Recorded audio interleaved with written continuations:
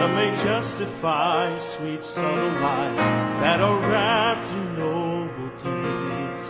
Some may alter their Hi guys, welcome to my YouTube channel. Please follow, like, and share at paki-subscribe ka rin po sa aking bagong YouTube channel.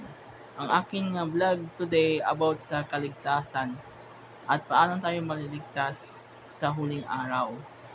Mga kapatid po, ang panahon na po ngayon ay huling araw na po tayo. Sa huling araw na po tayo. At hindi natin alam kung kailan ang Panginoon dadating at maghuhukom ng buhay at ng mga at sa mga patay. I mean, He judged the living the dead in the last day.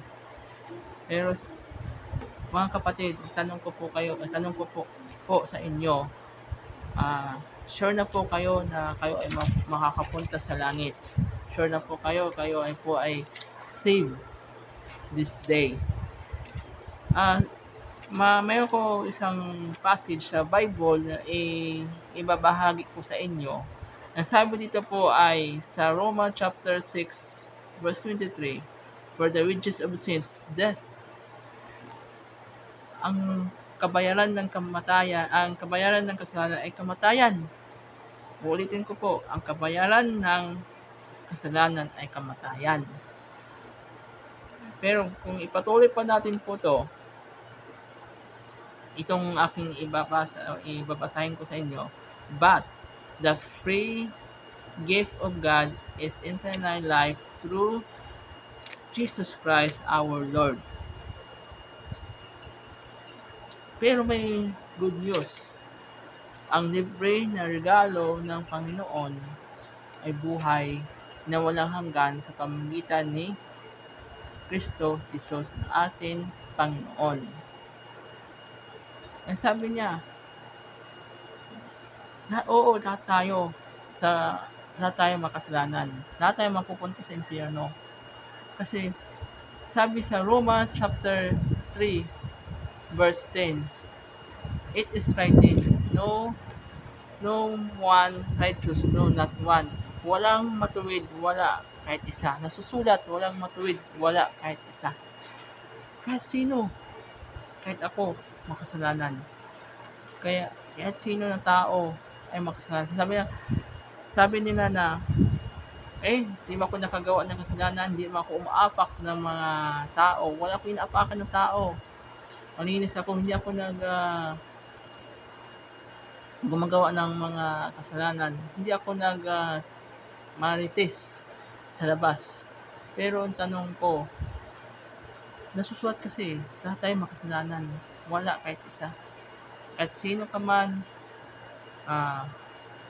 ngipin wala, buhok wala, matanda, bata, lahat tayo mapupunta sa impyerno. Pero ang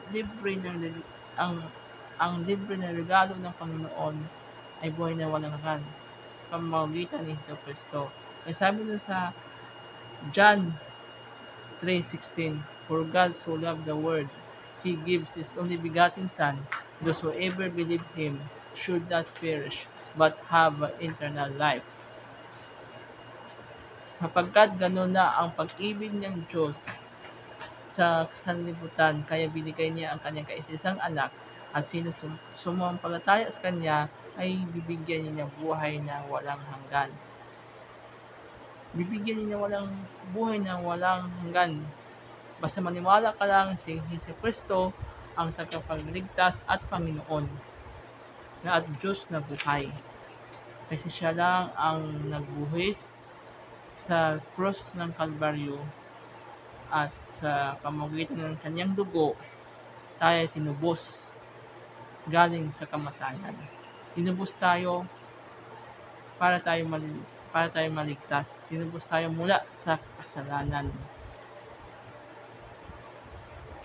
At sabi ni Jesus ay sa John 14:6, "I am the way, the truth, and the life. No one come into my Father except through me." Sabi ni Jesus, "Ako lang ang buhay, katotohanan, at daan, walang makakapunta sa akin Ama kundi sa aking pamamagitan. Siya lang ang namamagitan.